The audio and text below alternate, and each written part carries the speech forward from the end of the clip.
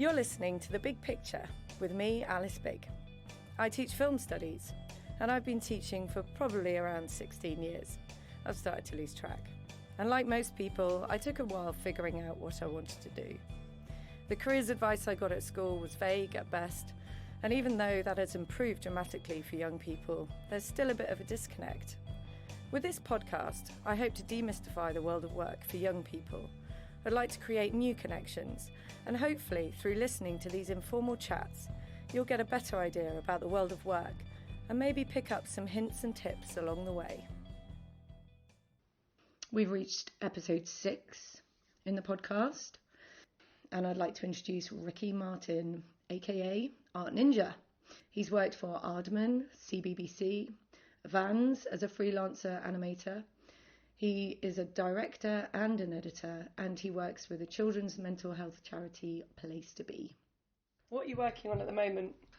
A few things. I've been working on one of my own things for I've had the idea for like 10 years, but I've finished like putting together its show bible and the character designs. I did 3 animatics for it to like send to animation companies that hopefully somebody would be interested in it. But most of the time, it's like the default position for a creative pitching ideas is failure. That's it. You just got to get used to that immediately. And you just keep pitching ideas. Yeah, keep developing it, to make a new one, pitch that, just because one day it's going to work out. Do you know what I mean? Like, yeah. Say true success is perseverance. Well, moving from failure to failure without losing enthusiasm. I think it's like the classic is J.K. Rowling sent her Harry Potter books from publishers or something, and they all rejected it, and having to deal with that again and again and again, but still believe in your kind of idea. Because I tried to get an agent last year. Every year when I was in presenting, I tried to get an agent just to help me, and like put me in positions where I could do more fun stuff. Really, I wasn't that committed to it, and I sent out 32 separately, properly personal written emails and letters to these different agencies. I sent out 31, and I got 32 rejections. What? Because one forwarded me on to another one, and then he sent me an email going, nah, as well. I was like, what the fuck? Each day I get a new rejection, I just laugh and like read it out. But I mean, the rest you of have the time, to be a bit bulletproof. Yeah, but the rest of the time I'm doing motion graphics and animation and editing. And do you do that freelance? Yeah, I do. So I've been doing motion graphics for the BBC at the moment, for like a wildlife series. I'm doing some work for Vans, which is a hookup that Rich got me a couple of years ago, just animation, and then some other really corporate, like soul-destroying stuff.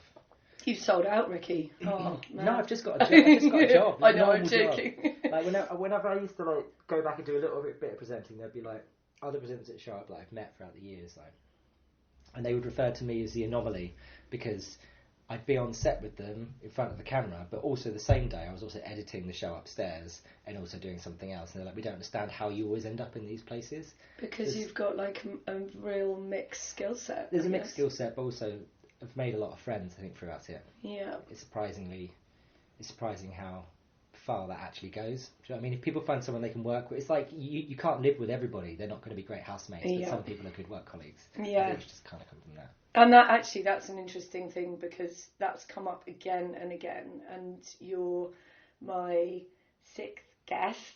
Thank you for being on the podcast, but you've just said something that actually really resonates, and that's those sort of personable soft skills that people value above everything else, I think, because that's the stuff that then kind of makes a break as well into a project that you actually really believe in, and that you because people will remember your name and they'll remember that you're a nice person to work with, and that you've made the contact.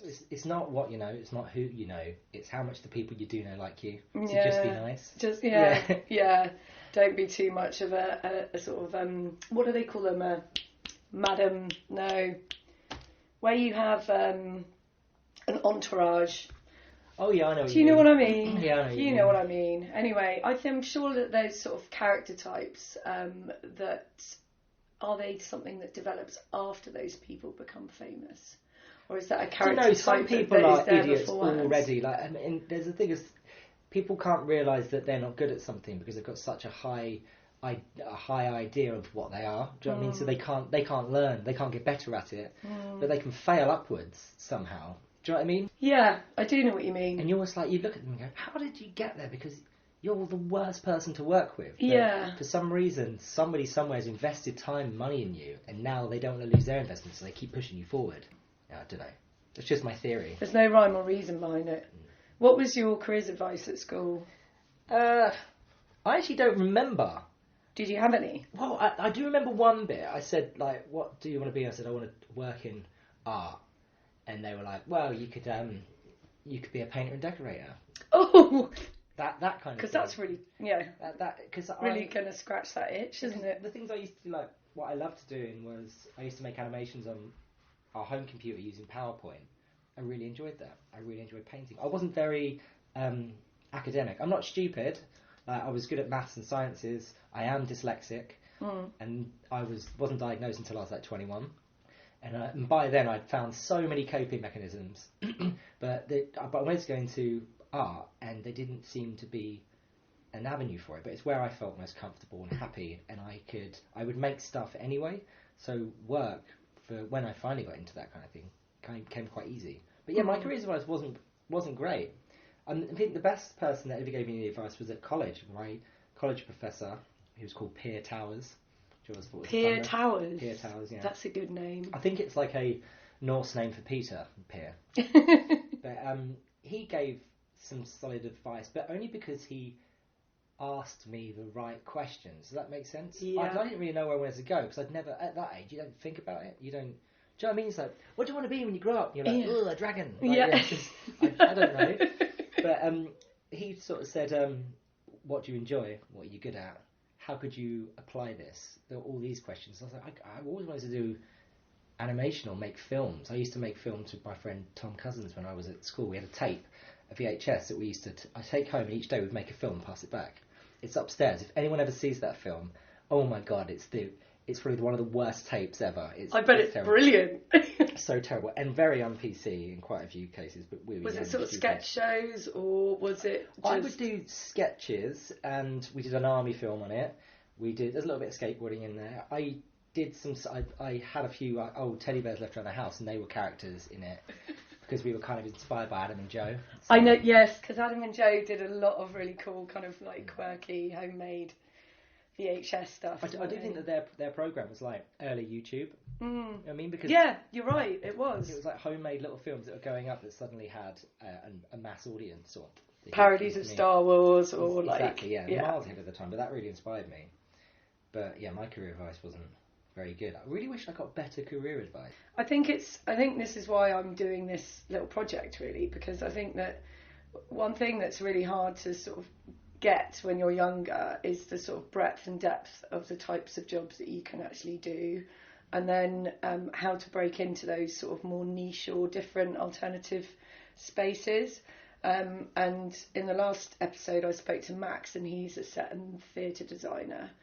And you know, when I was at school, I wouldn't have even plucked that out of the air as a job title, you know. So I think it's nice to hear someone that is a creative that has managed to kind of carve out different jobs and sort of find your feet with it.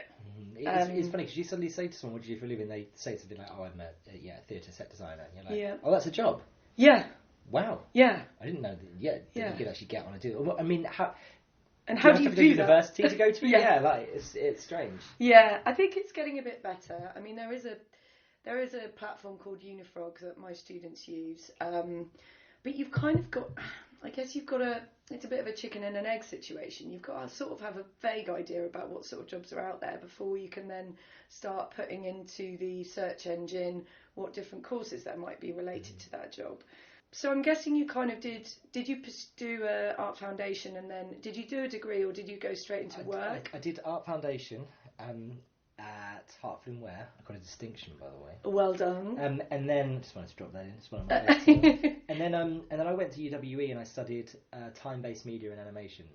Oh wow, cool. Which is just media production. It's a practical based course. So it's a lot of media courses you do around the country is very, very theory orientated. Yeah. And this one did have one particular bit which you had to write a dissertation. That was your theory behind it.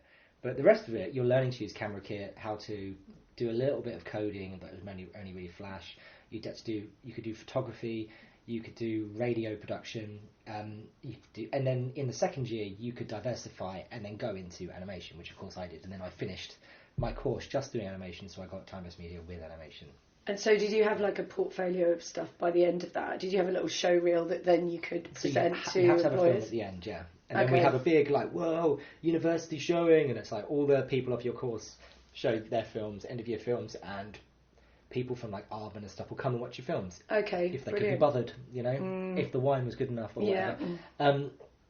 And from that I made a film called The Post-it Note Prison, it was just a post-it orientated animation, but it got picked up by the British Council and it got distributed, it went to film festivals, and I thought to myself, like, this is my plan. I'm going to go to university, do animation, make a film, get shown around the world, get a job at Aardman, become a director. That was my plan. Okay, good. Ambitious. But also manifesting destiny. And also, you know what I mean? yeah, what about the steps enough, in between? No, that's fine. So this film got chucked around.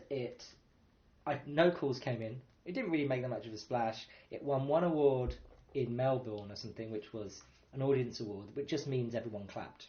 That's all. Oh. And then I was like struggling a bit, like trying to find work. I was working in a bar, and then I got an opportunity to work at Aspect, which is a production company where quite a lot of editors that I know kind of cut their teeth. It was like straight out of university kind of work. You're given a hell of a lot of responsibility. The hours were awful, but you really learned how to work in a production company. Well, entirely on your own, editing in the corner. They throw you in the deep end, sort of thing. Yeah. Slave labour. It did. You were made to feel a bit like if you don't want to do this, they'll just find somebody else who will. Yeah, and you should really appreciate this opportunity, sort of thing. Of course, and right. That's so backwards. It's like when you become a runner on a shoot. Like if I've worked somewhere and we have a junior or a runner, like, and if it's my job, I'll pay them because they're doing work. Yeah. And also, now that I'm in the position where rather than get to this point and be like, well, it was hard when I was that young, so they have to, it's a rite of passage, it'd be like, no, I've got the choice to change this now. I can do better than this. I can do a nice thing, and I shall do a nice thing, which is like pay people, give them experience, and then hopefully they move on. Yeah.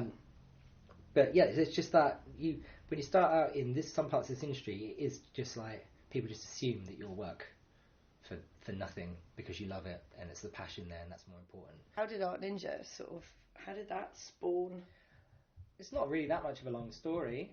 I started working at Aardman, so I got a job in the machine room there as an editor. And machine room is basically you're doing playouts of tapes for festivals or for showings or screenings, and you're managing the archive, and you're being assistant to sometimes the floor, but mostly the editor that's cutting commercials. So that's where I was. What sort of editing software was it when you were working? That was Final Cut 7. So this was it's before everyone moved to Premiere when Final Cut decided to become this Final Cut 10 non-linear thing. Editing is linear. It's mental to call it non-linear. Yeah, even if the narrative is non-linear, the actual editing process you have to watch it from start to end. Yeah. And then from there, I made my own. So in the machine room, you get an entire timeline to play out a tape for a festival, and then it says rendering. It says it's going to take 14 hours to render, and then the tapes are 3 hours long. So I've got 17 hours now to do what? I'm like, well, I love animation. I'm an animator. I'm in the biggest animation company in the UK. I'll just go to the model making bit, grab some clay, and I'll just start making some films around my desk. Brilliant. So I did that for a while, just shot them on my phone and then cut them on the spare machine, and I just send them around the company for a laugh. That's it. And if I was delivering tapes and things around to the company as well, I draw a picture in there for the person just each time, because I am always trying to keep myself entertained and I want to be happy and have fun. Mm-hmm. So I'll just do that anyway. Some people might have hated it, but do you know what? I enjoyed it. And then after doing this, Miles, my boss, head of broadcast, saw them, and he kind of got me. Wow, is it at the same point? Well, I started doing some stuff on Timmy Time and Sean and covering, and then he asked if I wanted to come and work in broadcast as a creative assistant, because he thought, oh, he's ineffective where he is, but maybe he's creative because he's doing all this stuff all the time. And yeah. Miles is a big champion of new talent and stuff. That's what his entire company is built around now. By the way, I talk about Miles all the time and always sing his praises because he genuinely did give me one of the the best opportunities that I've ever had. And then working in broadcast would just be like looking at scripts, coming up with ideas, helping them, kind of an in-between person, helping people put stuff together to make things work. It's very vague. And then Wallace and Gromit were doing a TV show, and they needed some make and do sets for online, and they wanted someone to test them out. And your old friend Laura said, "Oh, I think it was her idea. Ricky's got loads of time. Just get him to make them and see how they come out." So I went and made them, but I filmed myself making them and cut them into little edits because they were going to my friends in digital. I just wanted to make them laugh. Brilliant. The BBC saw them and then said, "Cool, we want all those for the website." So we did all of those for the website, and then I think Marsh showed another one to another exec, and they said, "Cool, I don't know why you're showing me this, but he's not bad. If you had a format for him, we might buy it." So we tried to develop a show called Ricky's Radical Reinventions, which is an invention-based show, which never really sat massively well with me because I love to make things, but I'm not particularly technical-minded. Mm-hmm. Well, Okay. I'm technically minded, but I don't understand all the theory behind it. I just get how things are going to work. That fell by the wayside at CBBC because at the same time Dick and Dom had their Genius show. Okay. So they changed execs at CBBC. So someone sat down at a table, ordered some food and left. Somebody else sat down at the table, got this meal and said, "I didn't order this." So our show was then discarded. But I messaged the head of CBBC and was like, "Do you know what? I really enjoy doing presenting, more of an arts and crafts person, animation. I'd love to give it another go. If you've got anything coming up, just give me a shout. I'd help develop some things." Nice.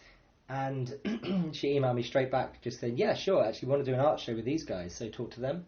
It just happened to fall on her desk at the right time. Okay, good. And then we developed Art Ninja with Dot to Dot, and then we did five series of it. That's how it came about. It's a really long story. 5 series. Well, I said it's a short story and then just babbled on for... Well, no, it's a good story because it's like, it's interesting to know how these ideas go from just an idea into an actual thing that's then on TV.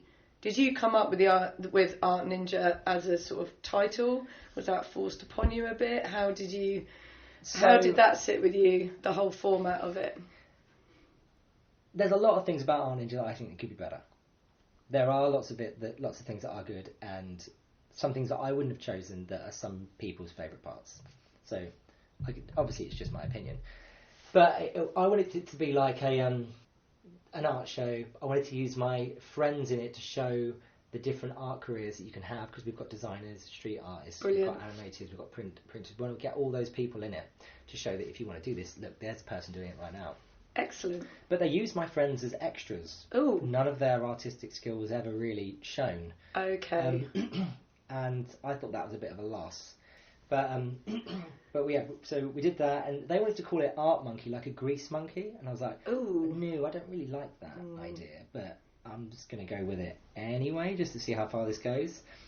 And then at CBBC, Cheryl Taylor, the exec at the time, the head of CBBC, should I say, when we were pitching it to her, she was like, Art Monkey, it's not a great title, is it? What about ninjas? Kids love ninjas. And everyone just went, yep, that sounds absolutely fine. And I was like, that's way better. I didn't realise I'd be jumping around doing high kicks and like karate moves all the time. It's kind of cringe, but at least it's a gimmick. Yeah, but I think loads of people really loved it, and it did do really well. Like, you know, It's still on TV now. It's still on TV, but the art ideas are superb. And do they all come from you? Most of the kind of creative ideas in the show, was that?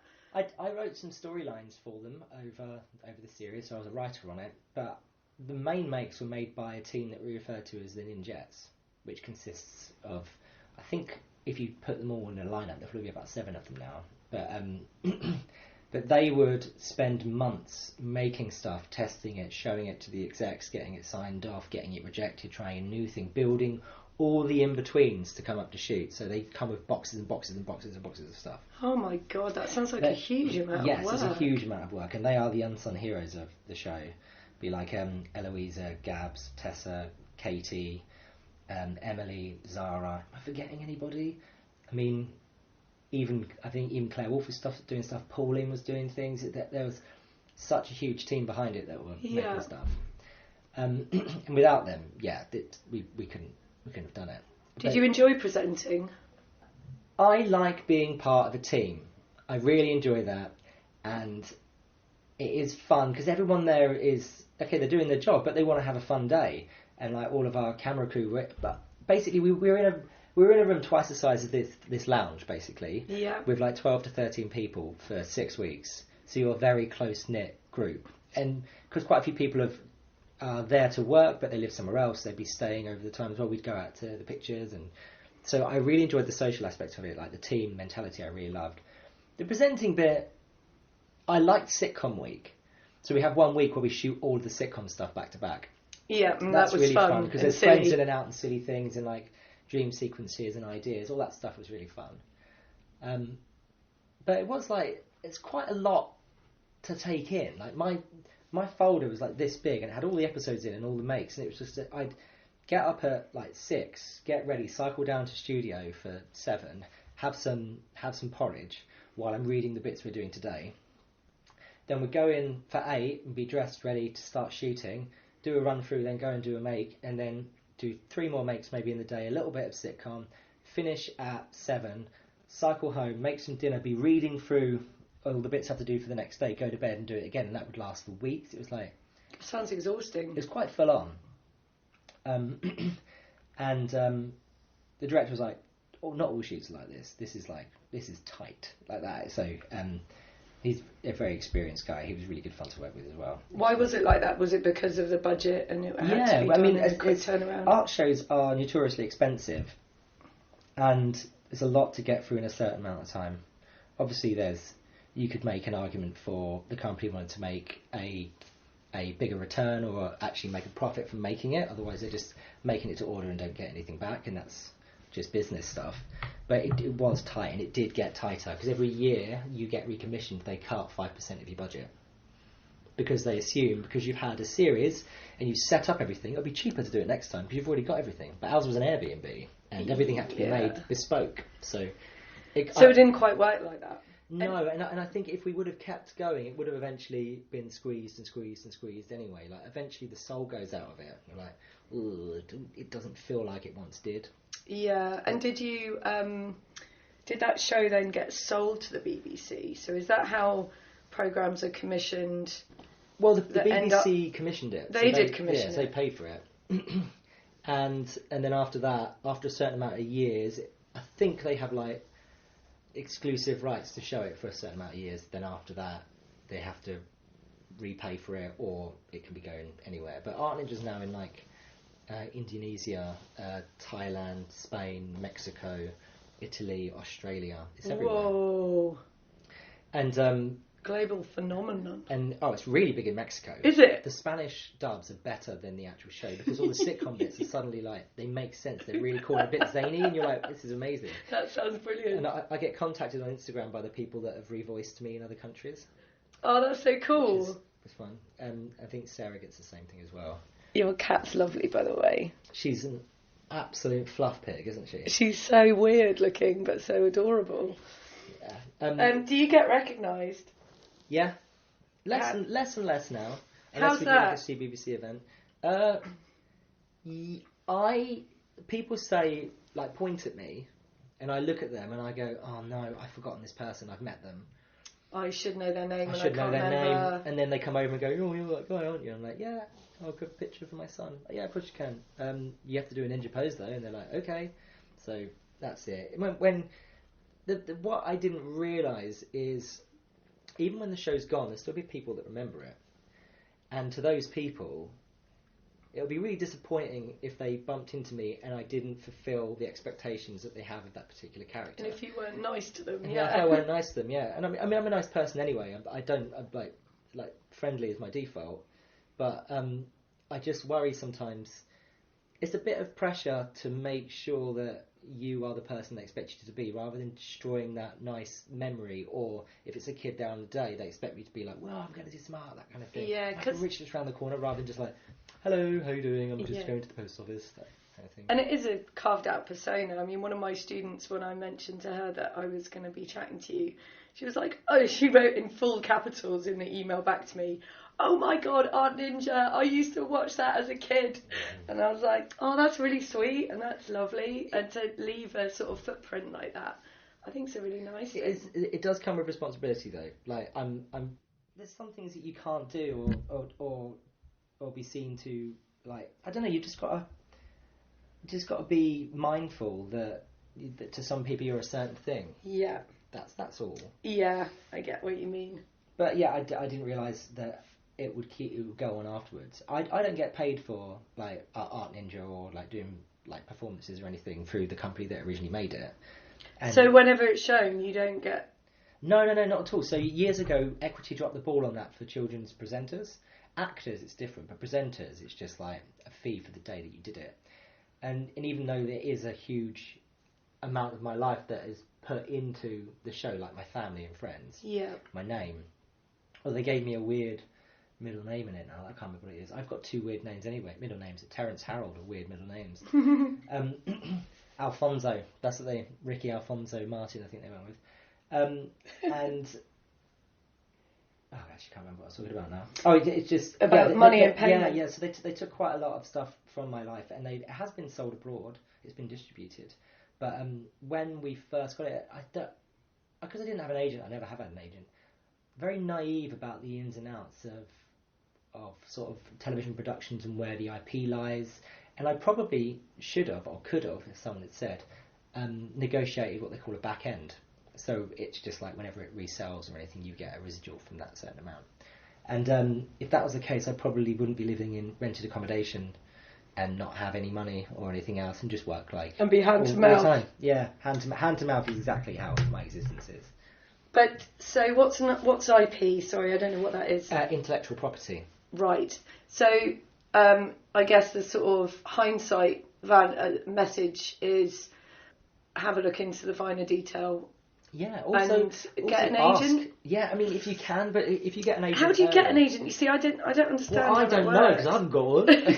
But I've basically, I think if I'd done it earlier before we negotiated the series and be like, hey, I'm actually going to be presenting this show on CBBC. It's going to be an art show. Can you be my agent and help me negotiate the thing? Then they would have been. It would have been their best interest to do something because they would have got a fee. They would have got a fee. They would have got a cut from it.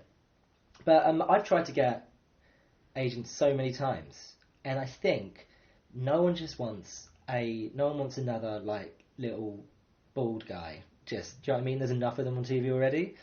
And also like diversity speaking, it probably is better to go with just to show people and kids a wider range of people, so that there's somebody on TV that might look like them. It could be their hero then. Yeah. And I think that has changed for the better over the years. There's still a lot of work to be done. Yeah, to broaden out representation. But maybe that could be part of it. Maybe I'm too old, so like it's like there's not so much miles that they can get money out of in the future. Art is particularly niche, and the government and loads of other bodies have been cutting arts funding over the years, so maybe it's not so lucrative. But if anything, that means we might have a monopoly. So there's quite a few factors, but I've called them, I've emailed them, I've sent them show reels, I've built loads of stuff, I've shown and I always get the same thing, which is you're too hard to place. Right. And so because you said that at the beginning, that you felt that people, when you're in the workplace, are always surprised to see you flip from the editing room to... I think they're probably just surprised to see I'm still working. No, I disagree with that. I think from what I'm hearing, it's that you are a huge jack of all trades. Like, you've got a skill set that can be applied to loads of different types of work. And I do wonder if that is also a negative as well as a positive. I think it's a positive, personally. Well, it's a positive because it means you can get involved in lots of other people's projects. You can work in a normal week I might do presenting, but probably won't. I might be doing some shooting, but I'll also be editing, motion graphic designing, hand animation, hand-drawn animation. I'm doing loads of different stuff all the time. That is good. But when you go to a job, you're like, oh, I would like this job. That's your experience. Oh, you're kind of flip-flopped around quite a lot. We want someone that just does this. And I don't wonder if I didn't diversify, if I just stuck to one particular thing, would I be more... This is like my... More financially successful. More financially successful, because there are two different things. But then you might be emotionally dead inside, Ricky. Yeah, I do get bored. Because that's the thing, like, it's... I would... And I'm a similar sort of personality type. I mean, I have been in teaching for a long time, but I've taught loads of different subjects. And I think that I'm one of those sorts of people that gets bored if I'm just doing the same thing all the time. Yeah. So it could be a poison chalice. That's what I'm saying. Oh no, because when I was directing at Aardman, I was working digital and doing games. Every single project was different, and I felt very fulfilled. Like when I finished my working day, I would get home and I wouldn't have to scratch the itch. I wouldn't have to make something because it was happening already. Do you know what I mean? The day was it was fulfilling enough. that. So you got work straight out of university into a production company. Did that straight away lead into Aardman, or did you have to apply for a job at Aardman? I had to apply for a job. Okay, cool. I was interviewed by Amanda and a man called Ian Fleming, not the author. Just a coincidence. But apparently they had already decided they were going to give the job to Kyle, but I think the skill set that I came in with, they sort of made another role, which was, they called it machinery operator and encoder. Ooh. Which was to manage all the, because they were moving into digital deliveries to like places like Hulu and Apple, and yeah, they made that role so that I would come in on that. So without that, I wouldn't have been there either. But then that's again because you can turn your hand to quite a few different things. I do like a challenge. It's like when Rich years ago when he was doing Trick or Treat, he's like, Rix, I want to make a toy, and he's like, you're the person to ask apparently, and I'm like, I've never made a toy before in my life, but we can definitely find out how to do it. Excellent. And I like things like that. I do. That's like that. I mean, that's a photo booth over there, but I'm going to turn it into a skate box now. I built that for my other half's 40th, and it was just like, how do I do this? Well, I'll make a box, put a thing in it, put a flash at the top, connect it to my computer, write a little bit of software that shows you a picture from the camera when you press go, and a timer. Done. And it was just like watching YouTube tutorials. Oh my god, you can learn anything from a YouTube tutorial. And that's the thing, like it really does, like the amount that young people are sort of self-teaching now, and actually me as well. Like I hadn't even thought about doing a podcast until sort of a month ago. How to podcast. Podcast one. Yes, how to edit audio. And I've been on a pretty steep learning curve. And actually, one of my students at college has been really, really kind and helped me loads with showing me how to use the different software. And I've looked at YouTube tutorials of how to edit sort of vocals and things like that. And it is incredible what the internet does and what you can access. But I think also, yeah, there are still sort of gaps, aren't there, with finding out about how to get into an actual job. I think that's where the disconnect is. Like, you can self-teach so much stuff, but how do you actually get that job as the runner, or how do you actually position yourself in the right place to then pitch for an Art Ninja show? I did used to have it's not a weird thing, I got this off a friend of mine from years ago, a question that you ask in interviews, and it is kind of a weird move, I think, but it's never not worked. So I don't know, but whenever you're in the interview, it gets to the end, they say, do you have any questions? I was like, yeah, I do have a question.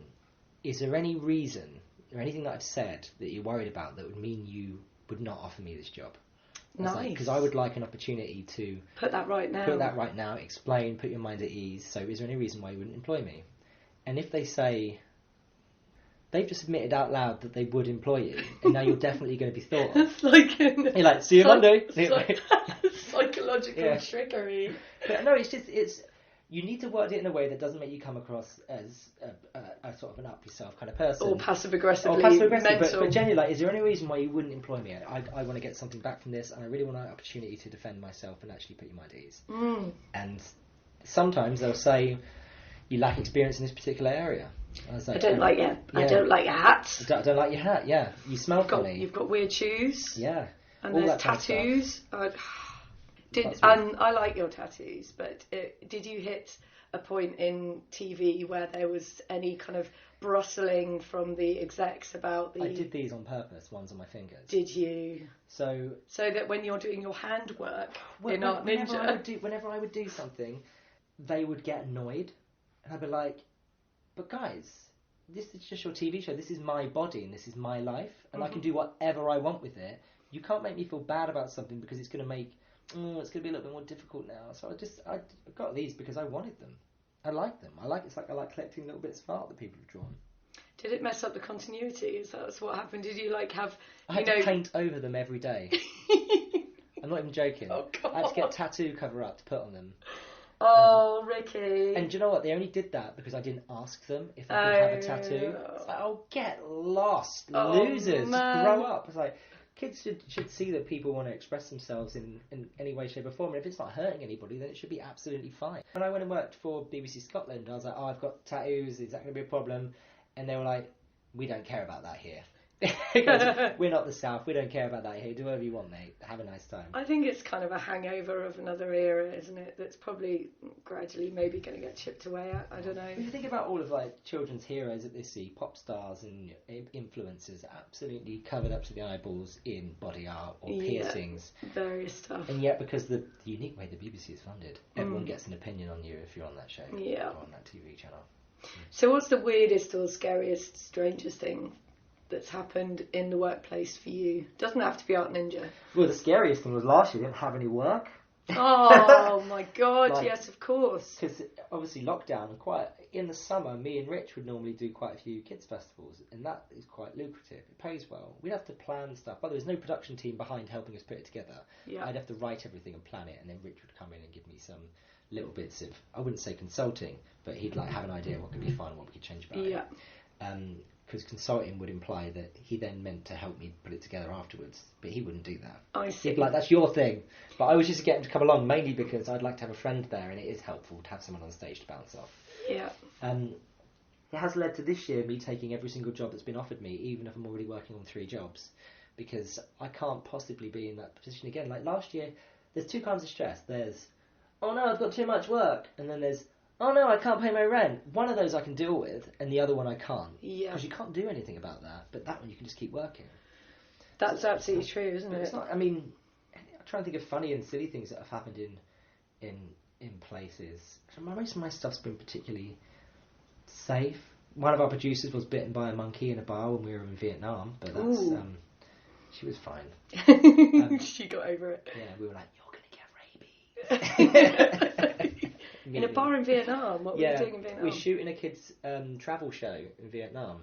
That sounds fun. Called All Over the Place, which was really good fun. And I was waiting, ever since I was doing Art Ninja, I knew there was this travel show where they took presenters from other TV shows and put them on this show as like with the main 2 presenters or presenters there. And they go around the countries and they see all these different cultural things that shows kids at home what the rest of the world's like. And how that sounds amazing and amazing. colourful the world is. So I've been waiting for a call for ages, and then I finally got this email, and I was like, oh my god, it's happening. They've asked me if I want to go to Vietnam for 10 days and shoot a load of stuff. I'm like, yes, 100% yes. So that was one of the best things anyway. And that sounds like a highlight. Very much a highlight. So if you, like, these are the sentence finishers, do not go into this job if ...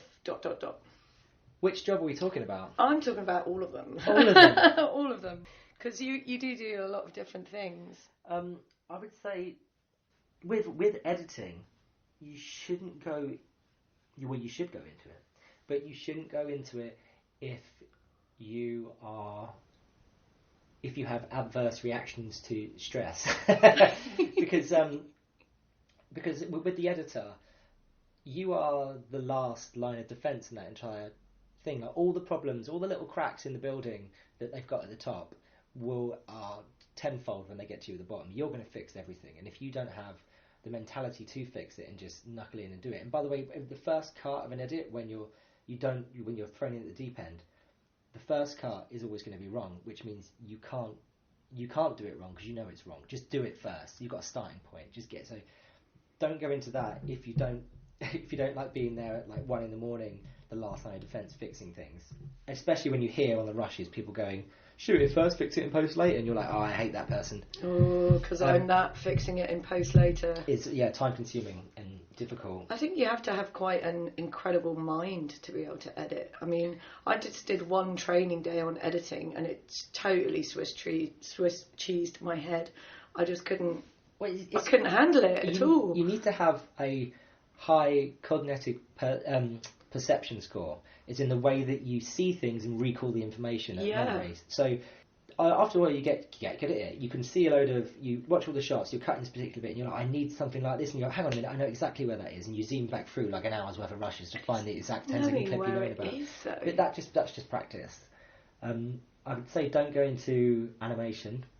So don't go into animation just because it's very volatile. It's very time consuming. I like it. I feel it's like knitting in a way. It's from my ADD. I either have scatterbrain or intense focus or one particular hyperfocus. It's the Ooh. two things I have. Like a spidey sense. No, not really. Just sometimes. It sounds spidey really, sensey. Yeah, but so like when it comes to animation, you just get in the zone, and like what you're doing it so much that you can see how it's moving before you've even shot it. You just got to put it into those positions. Like you've got, do you know what I mean? You can see the thing. I don't know what I mean. It don't matter. But I'd say when I was at university, my tutor, Mark Soane Hewis, I came in one day to have a sort of one-on-one with him, and he was like, "Don't go into animation, Ricky." Oh, why not, Mark? He says, "Oh, it takes ages.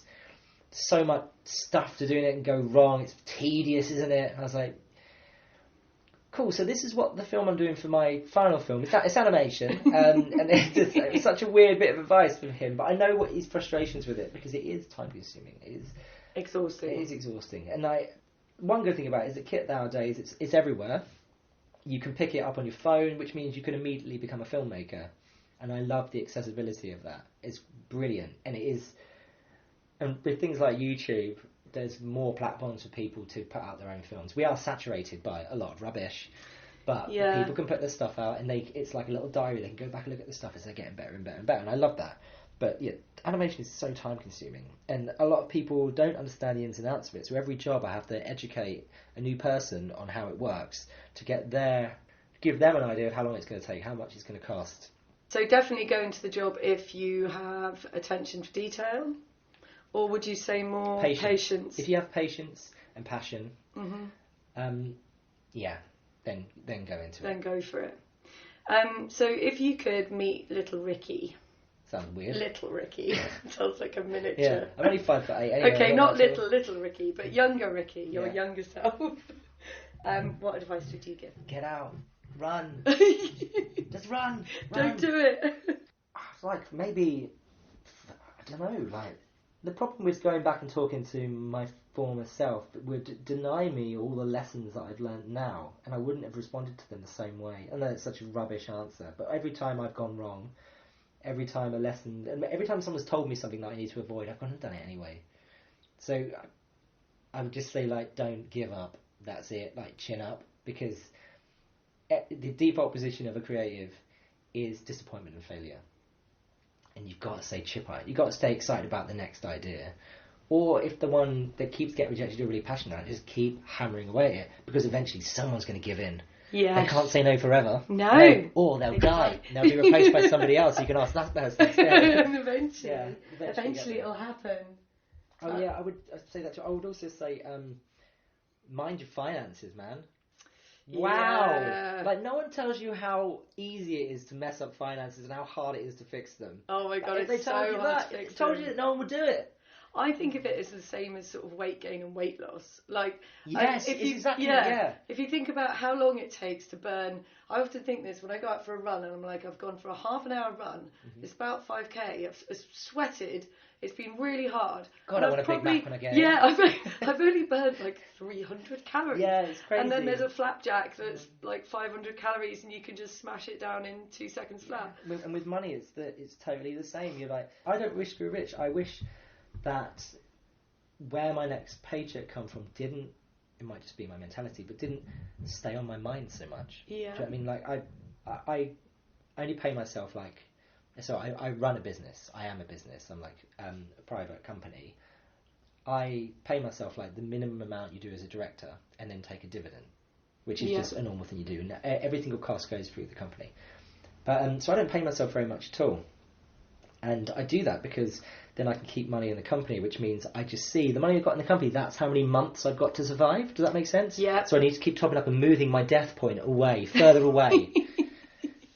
That's all. And I mean, I would love to have more money, but I'd rather it just not have such a hold over some of the things I do. I think it's what you're. I hear what you're saying. Time and you're money, not saying, take time, but, I want to have millions and millions and millions. No. But you're saying actually having that anxiety around finance is draining. So yeah, good advice for younger self. Like, get your head and your noggin around the whole financial side of things. Yeah. Just kind of box clever. Yeah. On that one. Yeah, it's a boring thing, isn't it? But like, totally be like, if I could go back, I'd be like, hey Ricky, save up all those 50p, put them away, put them in a little money jar, And then treat yourself once a year. I wouldn't say that I'm poor. It's No. just that But it weighs it's never, heavy. it's never not on my mind. Yeah, I totally understand that, and I am fortunate in the way that I'm not quite in that position at the moment, but I have had plenty of years Ups and and years downs. of my life of being in exactly the same situation. People assume, they're like, oh, you're on TV, you've obviously got loads of Yeah, money. yeah. No, not at all. no. Yeah, not at all.